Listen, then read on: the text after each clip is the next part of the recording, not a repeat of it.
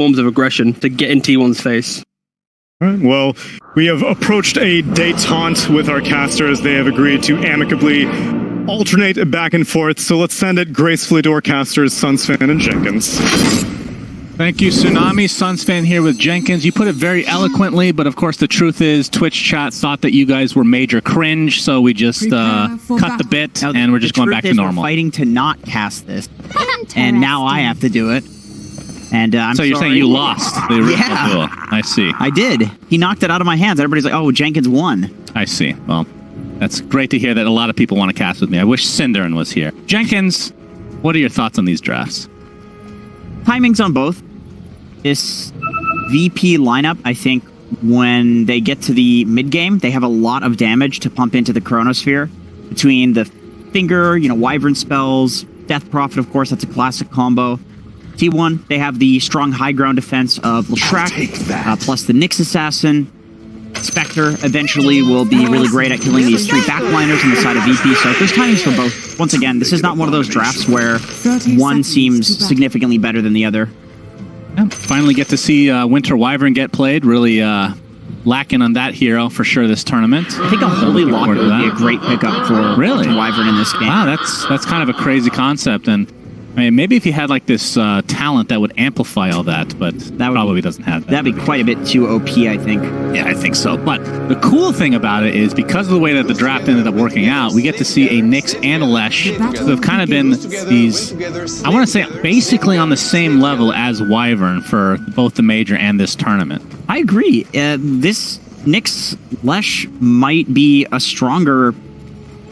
It might be stronger. It's hard to say because they get left out of certain drafts for whatever reason. The pick order matters, and that's likely why sometimes it gets left out. When you pick 2 heroes sequentially, then Nyx Lesh seems a lot better. Yeah. And so that's probably... But if you have that situation, then I do really believe that they're just as good as the Wyvern.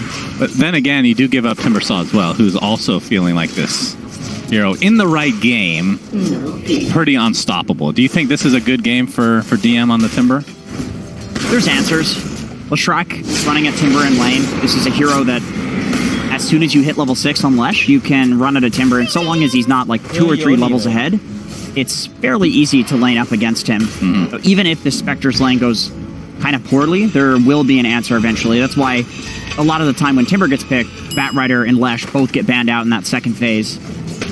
I'm just really happy from at least T1's perspective that we get to see Zephyr on more of the comfort hero, which is the Nyx, and I don't think anybody has played this hero better than this guy in the past couple tournaments. Once again, he makes it look like Impale is a targeted stun like Burrow Strike. He's just hitting every single double Impale. I mean, I know people that don't hit Burrow Strike still, so... That's true. I also play with Pop-Tart.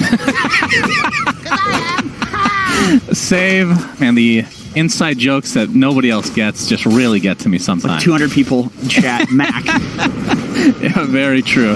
Nightfall will be playing the Void Spirit, the Faceless Void this game. What are your thoughts on the Chrono potential? You got Chrono with the Chakra. It's not like the most typical Wombo combo style that we're seeing with Faceless Voids these days. Think it's good enough? It's good enough.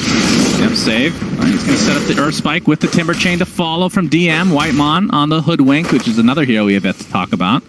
But yeah, let's talk about the Chrono potential from this young man right here who's going to get pressured a bit, but of course Time Walk will mitigate all of it. Pretty solid against the Nyx Lesh lane, just given exactly what we just saw. You have these stuns that you can layer on top of each other, and Void will quite easily dodge that damage. But in the Chronosphere, there's good damage. Even just the Death Prophet alone is often enough. If you can stand remotely close to somebody on Death Prophet, the ulti damage is significantly more. I think it legitimately more than doubles. I think the cool thing about playing with Death Prophet is you don't have to leave her out of Chrono. It's not the worst case scenario. Yeah, you can Chrono her. If Exorcism is up, you just Chrono her if people are surrounding her. Same concept as this Old Embrace on the Death Prophet, plus Leshrac as well as another combo that we saw. Yeah. You encase them and they continue doing damage, which is so annoying. Yep, very true. Okay. Well, it's going to be the Spectre versus Void into the late game, if we get to that point, which again, last game, I thought it would go a little bit more even, but VP were able to kind of take off once that first Roche was taken. And not sure what we're going to see from T1 this side in terms of like the Roche potential, but like who do you think has that advantage around the pit area? Definitely VP. They've got Death Prophet to take Roche and Faceless Void to make taking Roche really difficult for T1. But T1 has the advantage of having extremely strong pickoff potential and plenty of damage too with the Leshrac. You can coil somebody next to the Lesh and he's going to get a kill. You can mix Assassin Stun somebody next to the Lesh and he's going to get a kill. And then you have the Haunt coming in afterwards and a Sharpshooter from far away. So lots of damage and they don't really need to be that close to each other. Yeah, that's true. In terms of the mid matchup, GPK on the Death Prophet is at 18-9 versus Carl's 17-4. So pretty much a wash right now. Is that what you would expect at this stage of the game between these two heroes? There's a little bit of an advantage from Death Prophet because you just don't have to buy regen. Oh, but time dilation. Yeah, that's a really annoying one to deal with. Zephyr does use his Fairy Fire, but the bash is there for Nightfall. Very nice. And Cuckoo looking for a high five from Nightfall. No, other way around, actually. I really hate it when the high fives are not reciprocated. It's 23 Savage getting pressured by DM. Very close to death here, but Whitemon with the health salve, keeping his carry healthy. But in the meantime, yeah, that is... Right, DM is getting really tanky. Only 2 levels of reactive armor, so not even level 5 yet. We just can't do much about him yet, at this point at least. See the... so close. Yeah, that is 6 HP, a classic. Calculated from 23 Savage, of course, as we're going to see the Earth Spike miss here from Save. I heard the panel talking about how DM, the only hero that he might be more impressive on than his Kunkka is his Timber Saw. Okay, and I can see why. This looks like an Ice Ice. Yeah, this is going to be a kill. Yeah. Easy peasy. Timber Chain.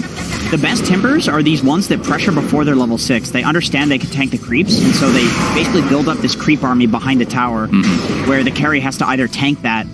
They have to decide basically, do I want to take that amount of damage? And of course, as a carry, you kind of have to, because you don't lost it. Indeed, and I mean DM 26-5 right now, so he is having himself a very good time.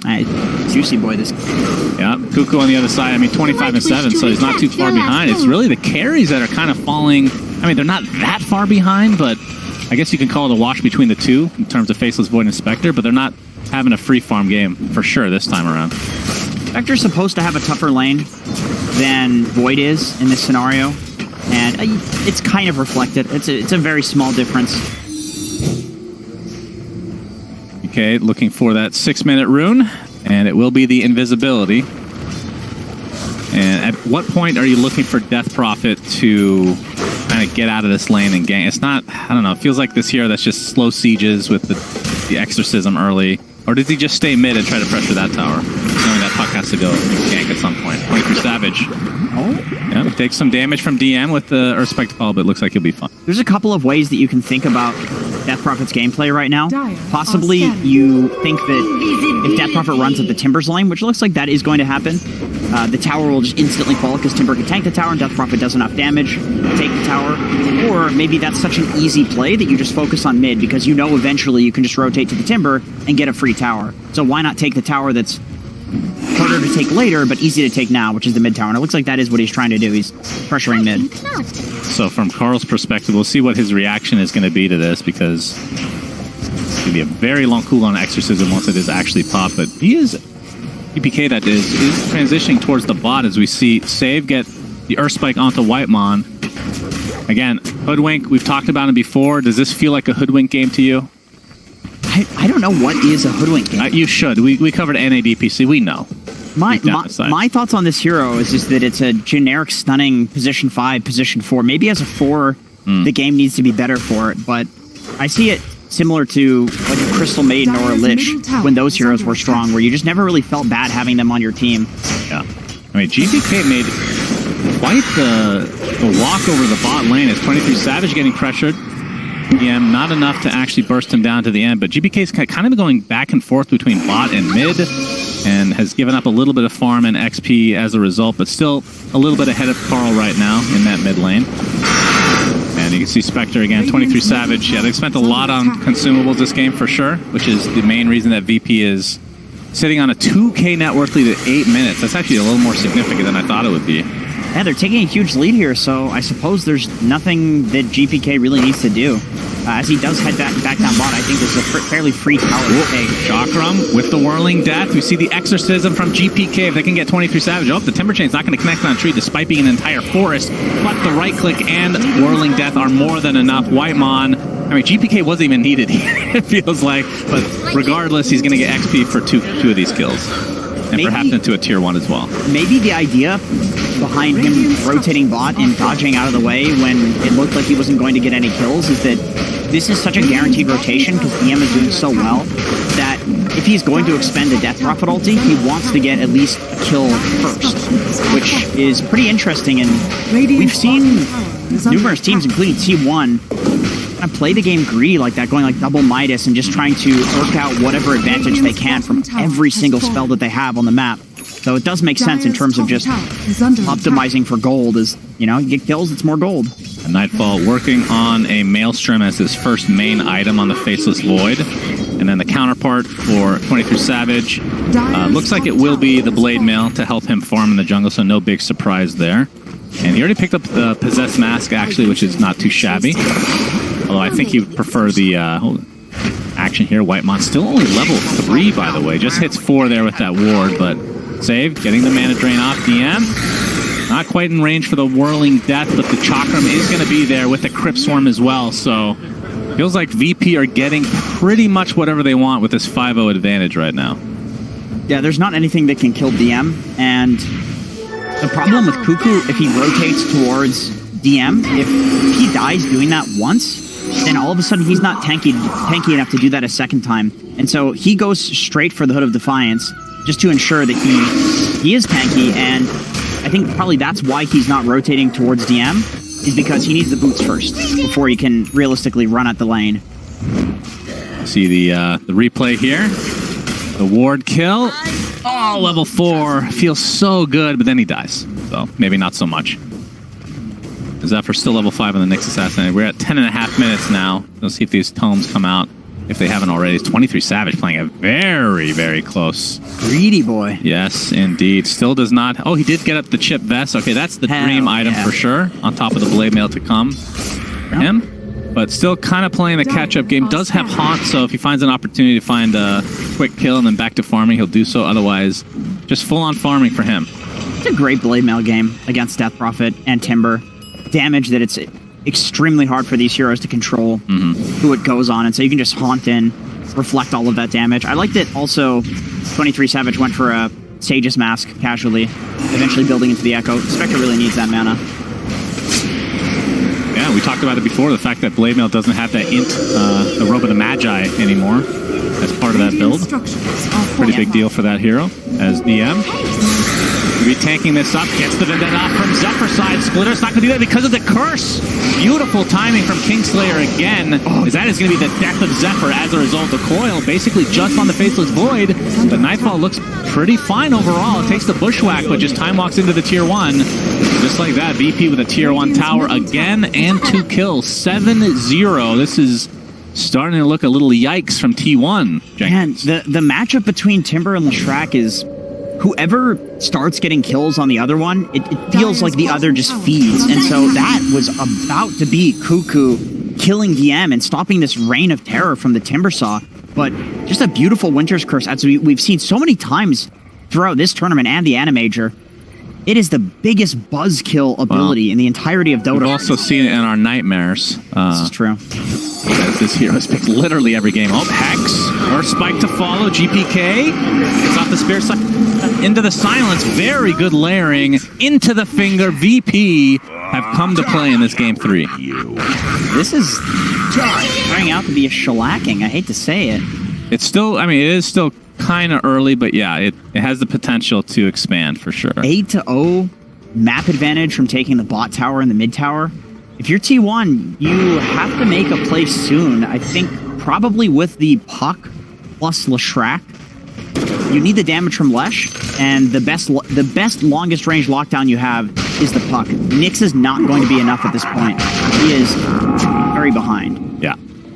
That is definitely true. So Nightfall, literally like 2 gold away from finishing the Maelstrom here, so that's going to help amplify his farm overall. I would assume a BKB afterwards. But he's not worried about this game. He can go at his own pace. He doesn't have to do anything. Yeah, he's been involved, but we haven't really seen any. Has he cast Chrono this game? Chrono once. He hasn't had to. Yeah.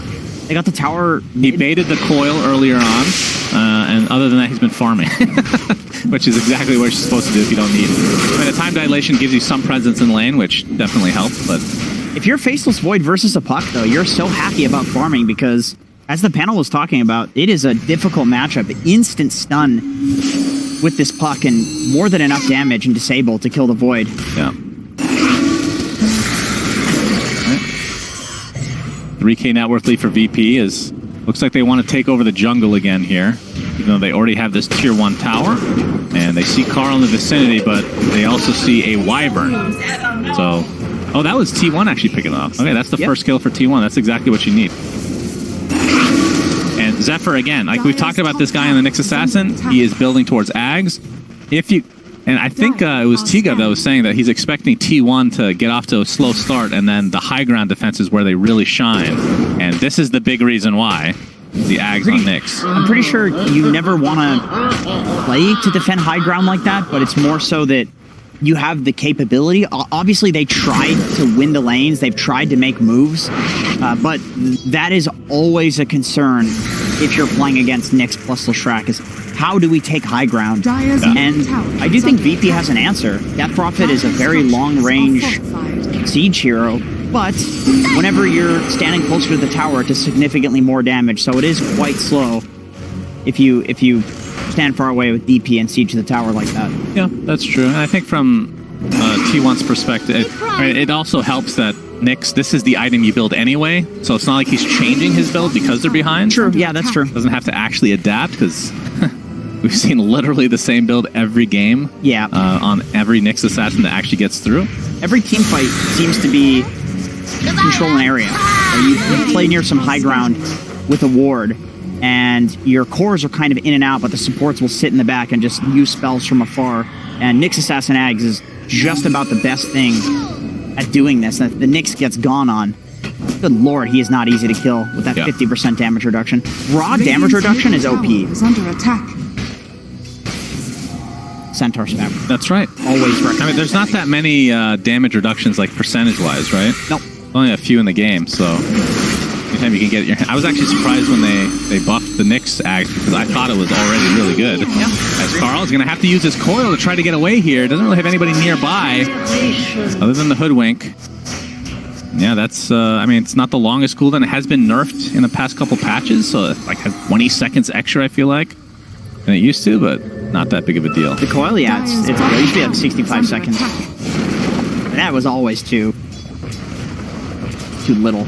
Yeah. For such a good ability. Whitemon, Bushwhack not going to connect, save, keeping his distance wisely, but the Diabolic Edict continue to work. As you see, the first Chronosphere of the game, GPK gets the silence and the Exorcism on top. You can see the Blade Mail does a lot of work, but obviously in a 3v1 situation, you're not going to be able to do anything about that. Meanwhile, we have the TPs again from VP to try to defend this. Oh, Cuckoo destroyed by DM, and now Zephyr on the run with that Vendetta. Looks like he should get out, although the Dust does connect, but he's just too far away at this point. And of course, VP tips Cuckoo. He's doing his classic, I'm kind of behind on Leshrac, so I'm going to go stand in trees. And that's true. He's been doing that a lot, as there might be a reciprocal kill here. But no, save, staying alive for now. The Sharpshooter just off range, and this might cost the Puck his life instead. Carl, the Winter's Curse does connect, and that'll provide Kingslayer with the easy kill. They did end up losing save, but the fact that he stayed alive a little bit longer meant that Carl had to kind of commit. Yeah, Carl going down here is a really big deal. I think 23 and Carl dying is very bad for T1, because these are usually the players that whenever they're behind, they'll do some like epic thing and everybody will come back off the back of them. Off the back of one of them being incredibly farmed and having a good game. And it's not often you see both of them having a tough time. Yeah, especially not in, I mean, both tournaments, really. The Animajor and this ESL 1 summer event. Yeah. The question is, what do they do when everybody's having a Bushwhack into the Impale with the Haunt and Sharpshooter. 23 Savage gets credit for that one. He has the Echo Saber Blade Mail combo. We'll be going for Manta next. And also a double damage to boot. So this provides potentially an opportunity for T1 to continue to farm on Spectre, which is exactly what they need. These are really crucial picks, getting them back into the game. Oh yeah, we do see, thank you to the observers here, we'll talk about that in just a moment as we see the impact move here, the Sharpshooter, which was being wound up from the beginning off the original Bushwhack. But speaking of Hoodwink as a hero, we did see this the other day, but having this Ironwood tree allows you to cast Bushwhack first and then place the tree. Pretty cool combo. It's essentially like an instant, it feels like an instant disable in some cases. It's nice too because the Acorn Shot provides vision. So whenever you use the Bushwhack, they're going to run away from you because they're dying. And if they run into trees, you can use the Acorn Shot to vision the people that you're chasing. So it does feel like a really nice combo. The most important thing about that last pickoff that we saw is that 23 got the kill. Spectre, not a hero that farms particularly fast. As you can see, they're smoking directly towards him, but... Yeah, they're going to find Whitemon, but he just scurries away. There's the Blink Hex from Save, and that's going to give another kill from the Leshrac. So Cuckoo kind of doing his thing like we've talked about, creating as much space as he can. Actually, does expend the Finger of Death, but they'll take it. As long as, I mean, from T1's perspective, as long as Spectre doesn't die, we'll be okay with this. We're going to see GPK with the Exorcism. This will be the first Roche of the game. Don't think T1 can really do anything about this. The most that they could hope for is a steal, but it's so difficult for a Puck to get in there against Lion plus Death Prophet Silence. It's not going to happen, so T1, they just decided to push the lanes instead. So Faceless Void, Mr. Nightfall himself will get it. They, like their mid laner in terms of DP, not a good Aegis carrier. I mean, I feel like that's kind of significant. If there was a Lesh mid or a Storm mid, like we've seen these heroes just absolutely take over the game because of the Aegis. And DP's just not one of them. It's like it almost feels like a transformation hero to some degree. Super long cooldown. If you die with that up, it's just complete waste. Hey, even Void's a tad not so good just because you respawn and maybe you don't have the Chronosphere up because you saw some good opportunity prior to dying. The question of like when does the Chronosphere opportunity present itself? 4K network lead here for VP. Zephyr. He is only 1,000 away from Ags. Release down. That's a good item. Yeah, that is true. We didn't really mention that, but that will, especially in a losing game like this, help you get some very important items. Reliable goal, really too. It's getting chased, though, so it might have to save that money in the bank. It's going to get silenced as we see the Bushwhack not connect here, but the Spirit Siphon is there into the Crypt Swarm as well, into the Bastion. In addition, Zephyr does get off his Spike Carapace for now, though. DM on the other side, chasing out Cuckoo, but looks like Carl and Zephyr both die on opposite sides here.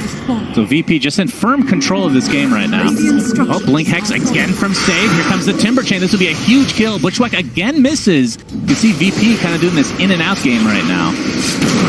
Really well executed. Splitter's going to be connecting with that Yule Scepter combo. 23 Savage does not want this stack take. It's not that big of a stack, but he needs his farm, Jenkins. That was pretty cool. VP kind of baited the fortification by making it look like they were going to dive into the tier 2. Radiant's top tower has fallen. See the Haunt in? That's not so good.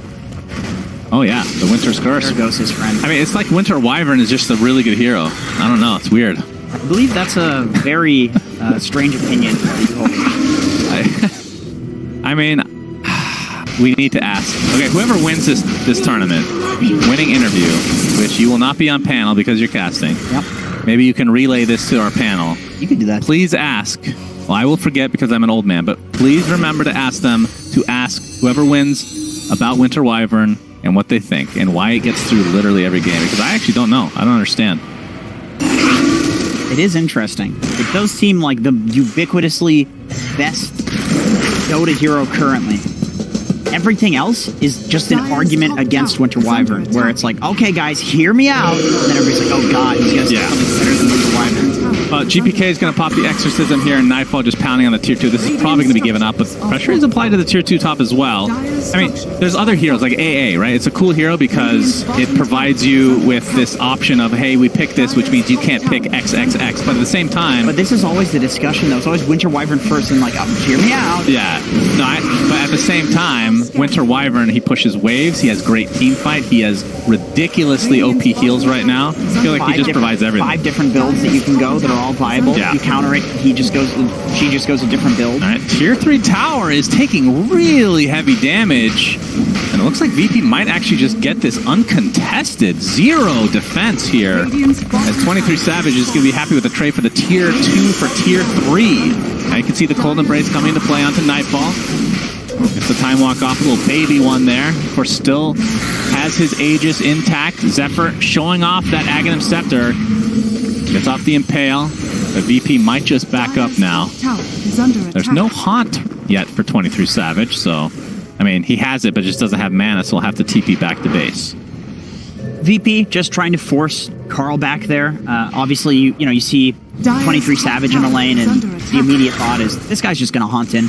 No big deal. But when you see Carl pushing up that top lane, standing on your ward, you know he should be in base. There's no boots of travel. There's nothing to show that Carl can be out positioned like that. So they actually get a tower, because Carl doesn't want to come back until the tower goes down.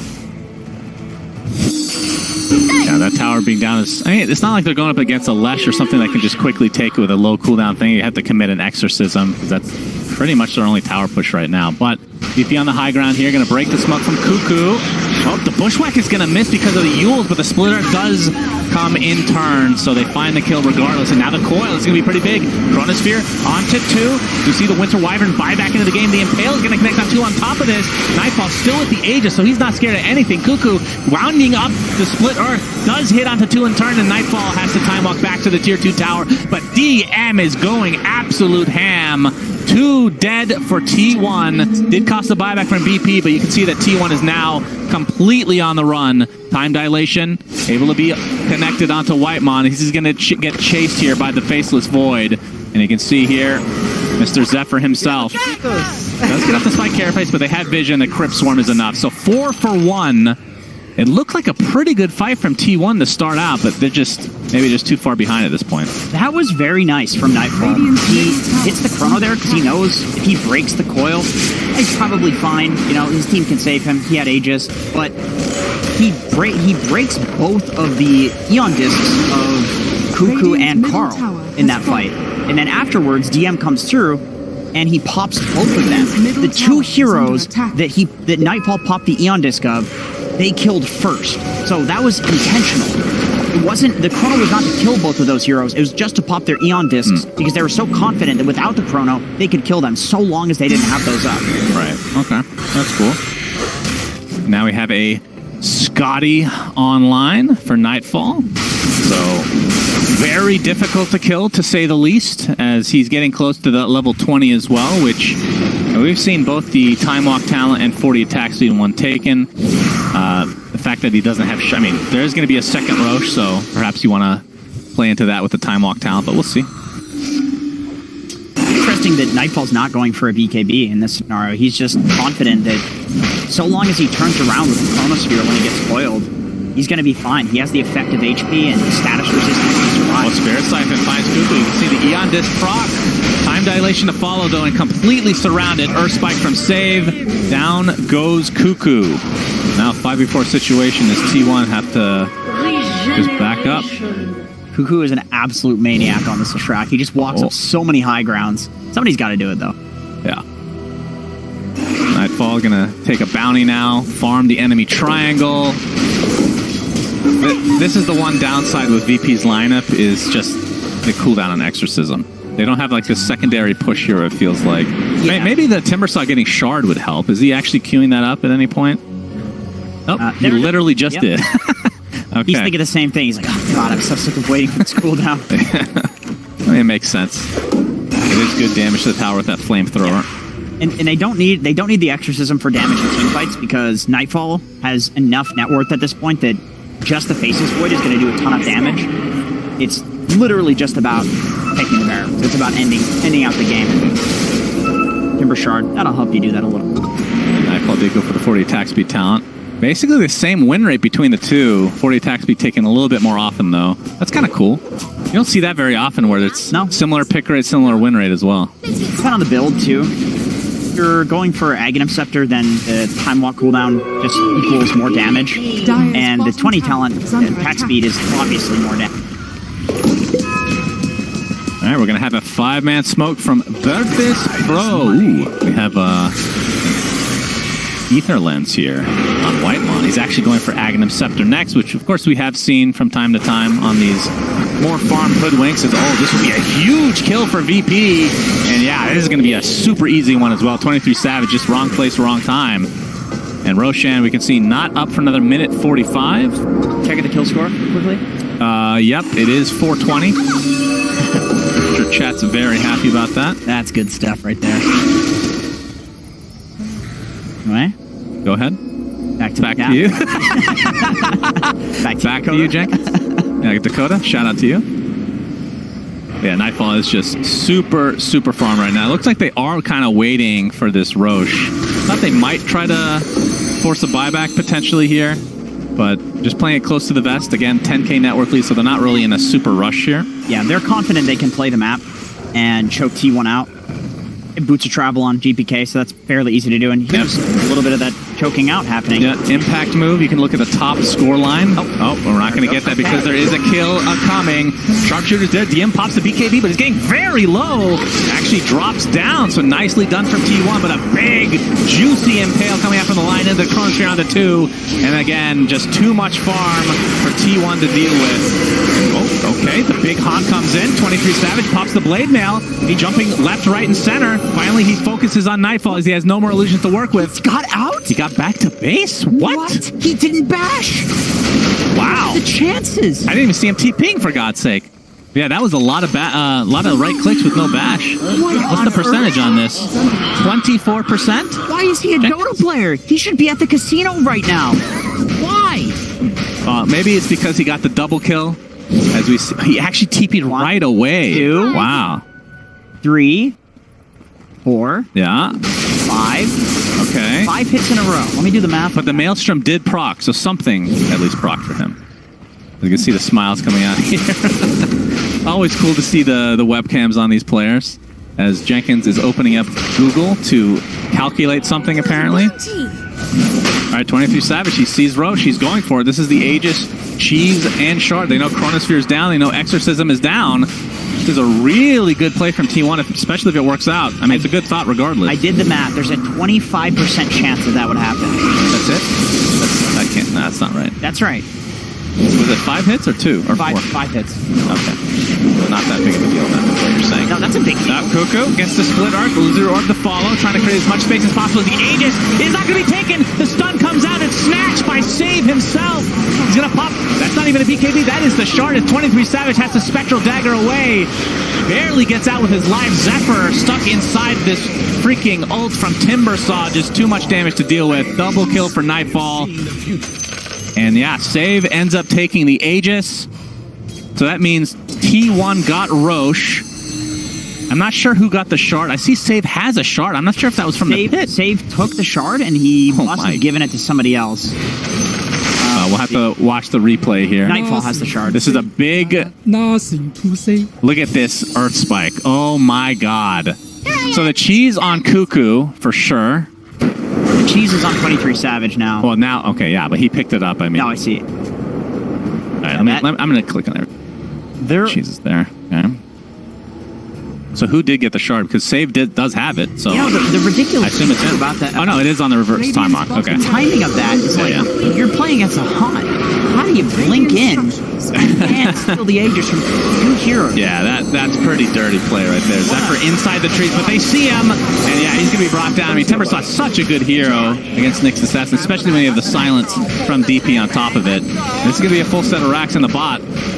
Probably go to the mid lane now. While this Mysticism is still up. All right, Chronosphere onto 2 is going to focus on the Hoodwink, while Mr. GPK focuses on the Lesh. That's 2 quick kills, both buybacks though, as we see the Haunt come out with the Blade Mail, trying to apply as much pressure, finally gets that Winter Wyvern, but now 23 Savage on the run. No bashes needed this time, as Nightfall jumps right in, dodges the Whitemon Sharpshooter.